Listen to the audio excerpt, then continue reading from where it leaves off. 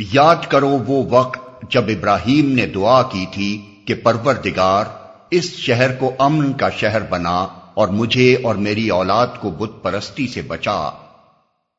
پروردگار ان بتوں نے بہتوں کو گمراہی میں ڈالا ہے، ممکن ہے کہ میری اولاد کو بھی یہ گمراہ کر دیں، لہذا ان میں سے جو میرے طریقے پر چلے وہ میرا ہے، اور جو میرے خلاف طریقہ اختیار کرے تو یقیناً تو درگزر کرنے والا مہربان ہے۔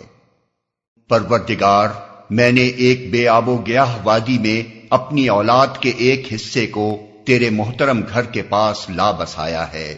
پروردگار یہ میں نے اس لیے کیا ہے کہ یہ لوگ یہاں نماز قائم کریں، لہذا تو لوگوں کے دلوں کو ان کا مشتاق بنا اور انہیں کھانے کو پھل دے، شاید کہ یہ شکر گزار بنے۔ پروردگار تو جانتا ہے جو کچھ ہم چھپاتے ہیں اور جو کچھ ظاہر کرتے ہیں، اور واقعی اللہ سے کچھ بھی چھپا ہوا نہیں ہے، نہ زمین میں نہ آسمانوں میں۔ شکر ہے اس خدا کا جس نے مجھے اس بڑھاپے میں اسماعیل اور اسحاق جیسے بیٹے دیے۔ حقیقت یہ ہے کہ میرا رب ضرور دعا سنتا ہے۔ اے میرے پروردگار مجھے نماز قائم کرنے والا بنا، اور میری اولاد سے بھی ایسے لوگ اٹھا جو یہ کام کریں۔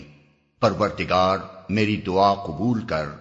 پروردگار مجھے اور میرے والدین کو اور سب ایمان لانے والوں کو اس دن معاف کر دیجیے جبکہ حساب قائم ہوگا۔ اب یہ ظالم لوگ جو کچھ کر رہے ہیں اللہ کو تم اس سے غافل نہ سمجھو۔ اللہ تو انہیں ٹال رہا ہے اس دن کے لیے جب حال یہ ہوگا کہ آنکھیں پھٹی کی پھٹی رہ گئی ہیں، سر اٹھائے بھاگے چلے جا رہے ہیں، نظریں اوپر جمی ہیں اور دل اڑے جاتے ہیں۔